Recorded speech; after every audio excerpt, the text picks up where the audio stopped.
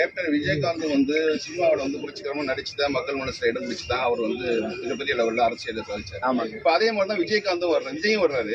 நீங்க விஜய் மட்டும் இவ்வளவு கூத்தாடி அப்படிங்கிற ஒரு பெரிய விமர்சனத்தை அவர் மேல வந்து பல கட்சிகள் வச்சுட்டா, நீங்க உட்பட நேற்று கூட மலையில் கொடுத்த காலம் கூட நீங்க பேசுறீங்க. இது எதனால புரட்சி கலைஞர் ஏத்துக்கிட்ட மக்கள் வந்து ஏன் வந்து விஜய் ஏத்துக்க மாட்டாங்க? ஏத்துக்கூடாது யாரும் சொல்லலையே.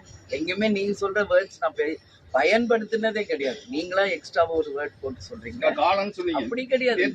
சரி, அது ஏன் விஜய் நீங்க எடுத்துக்கிறீங்க? இல்ல நான் கேட்கறது வந்து விஜயகாந்த் வந்து புரட்சிகரமா நடிச்சுதான் மக்கள் மனசுல இடம் பிடிச்சு ஆட்சிக்கு அரசியலுக்கு வந்தாரு. அதே போலதான் இப்ப விஜயம் வர்றாரு. இப்ப விஜய் மட்டும் எதுக்கிறதுக்கு காரணம் என்ன? நாங்க ஒண்ணு எதிர்க்கவே இல்லையே. எங்க வீட்டு பையன் தானே நான் எல்லா இடத்துலயும் சொல்லிட்டு இருக்கேன்.